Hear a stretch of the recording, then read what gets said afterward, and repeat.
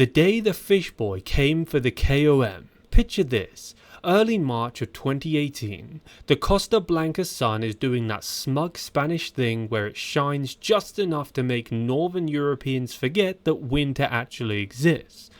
Calpe is buzzing with pros, the kind of place where you can't buy a coffee without elbowing a World Tour rider out of the way at the cafe queue. Team Jumbo Visma, then just another serious data-driven Dutch outfit. They're there for altitude-adjacent training. They've got watt charts to print, tyre pressures to debate, and at least 3 team staff arguing about which gels taste the least like wallpaper paste. And then, somewhere on the 6-kilometre ribbon of tarmac known as Col de Rates, a wiry Dane from continental team called Colo Quick decides to peddle his way into their future payroll.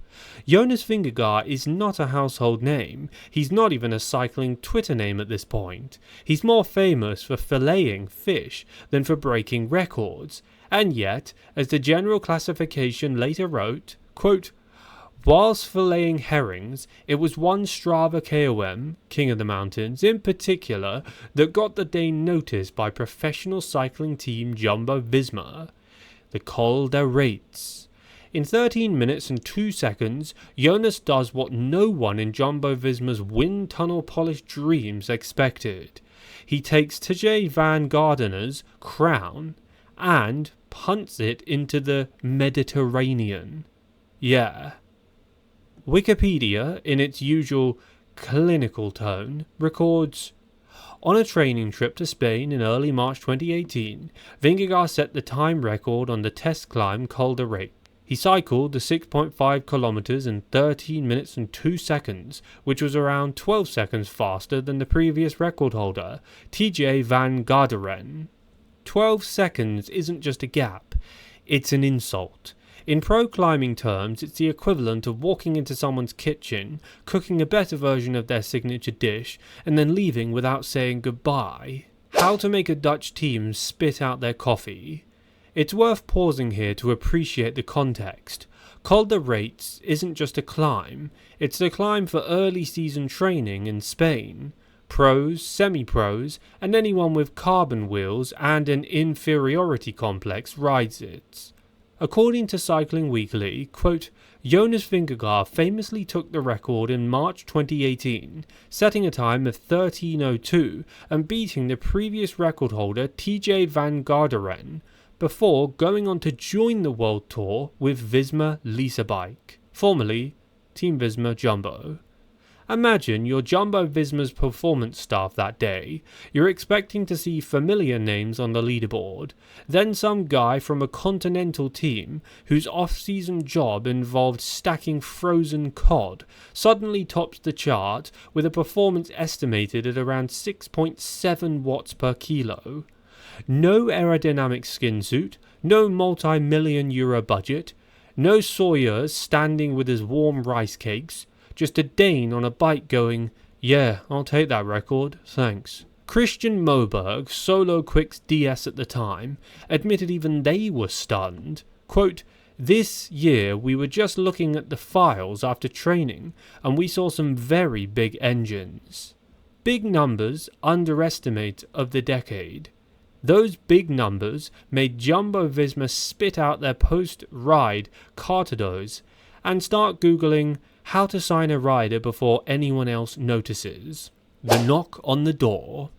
The legend, and by legend I mean the series of events documented in polite, PR-friendly interviews, goes like this. Jonas rides Col de Rates. He uploads to Strava, somewhere in the Netherlands, a laptop pings. The performance staff at Jumbo Visma, who normally scout via race footage and lab tests, now have an outlier in their spreadsheet. And he's not in the World Tour. As the general classification put it, quote, "It wasn't long after that Jumbo Visma came knocking on his door." Now, knocking on his door sounds poetic, but this is pro cycling recruitment. There's no actual door knocking. More likely it's an email to an agent, a couple of quiet phone calls, and then a semi-awkward conversation at the back of a bus somewhere in Belgium. But in my mind, and for the purposes of this extremely sarcastic retelling, I like to picture it literally. I really do like to picture it literally. A delegation of Dutch performance coaches standing outside Jonas's modest Danish home, clipboards in hand, half expecting him to be in fishing waders. They were, to put it mildly, caught off guard. After all, the usual path to the World Tour is years of under-23 domination, not pack fish, ride bikes and obliterate KOMs. Months of disbelief. If you think Jumbo Visma instantly processed what they had found, think again. The idea that a guy from a fish factory could beat seasoned pros on one of Europe's most ridden climbs was, and remains, absurd. Remember, this wasn't a cherry-picked climb in the middle of nowhere. This was Col de Rates, a climb so trafficked by professionals that you could probably build a decent-sized peloton just from the riders currently halfway up it at any given moment.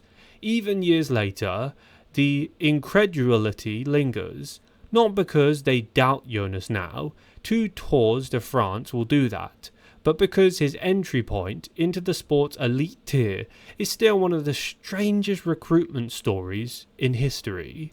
From the outside, it reads like a Netflix script nobody would buy. Quote, quiet Danish seafood worker becomes tour champion after surprise KOM up Spanish climb. The cycling world is full of talent-spotting stories, but this one combines all the elements of a bad sports movie, a rural origin story, a random breakout moment, and the total shock of an unsuspecting big-budget team. You can almost hear the meeting room back at Jumbo HQ. Analyst 1, oh, we've run the numbers. This Colo Quick kid is fast. Analyst 2, how fast? Analyst 1, faster than TJ Van Garderen? Up Col de Rates. Analyst 2, spits coffee. Sign him now. From KOM to yellow jersey. That 13:02 on Col de Rates wasn't just a fast day on a Spanish climb, it was the hinge moment in Jonas's career, the ride that shifted him from relative anonymity to the attention of one of the sport's most resource-heavy teams. Within months, Jumbo Visma had him in their kit. Within a few years, he was their Tour de France ace, dethroning Tadej Pogačar and rewriting the script of modern cycling. And yet the recruitment story never loses its punchline. Every time commentators mention his fish factory days, it's a reminder of how far and how weirdly he's come. The KOM itself has since changed hands. Juan Ayuso took it in 2022 before Colo Quick reclaimed it, but the moment it belonged to Jonas was enough to alter his career trajectory forever. So yes, Team Visma really didn't see it coming. They didn't have a secret scouting plan for fish market workers. They didn't expect a continental rider to destroy a pro-heavy leaderboard. But when it happened, they did what any self-respecting World Tour team would do. They moved fast, they signed him, and they've been reaping the rewards ever since. Apart from the parts where his wife starts banging on about him having to be home by a certain time. Sometimes, in cycling, all it takes to change your life is one climb, one file upload, and one confused Dutch performance director staring at a wattage number that doesn't make sense. Thanks for watching today's video. If you're new here, please click subscribe to stay up to date with the latest cycling news, cycling drama, and cycling results. Leave a like on today's video for, you guessed it, good luck, and be sure to comment down below your opinions or any details I've missed from today's subject.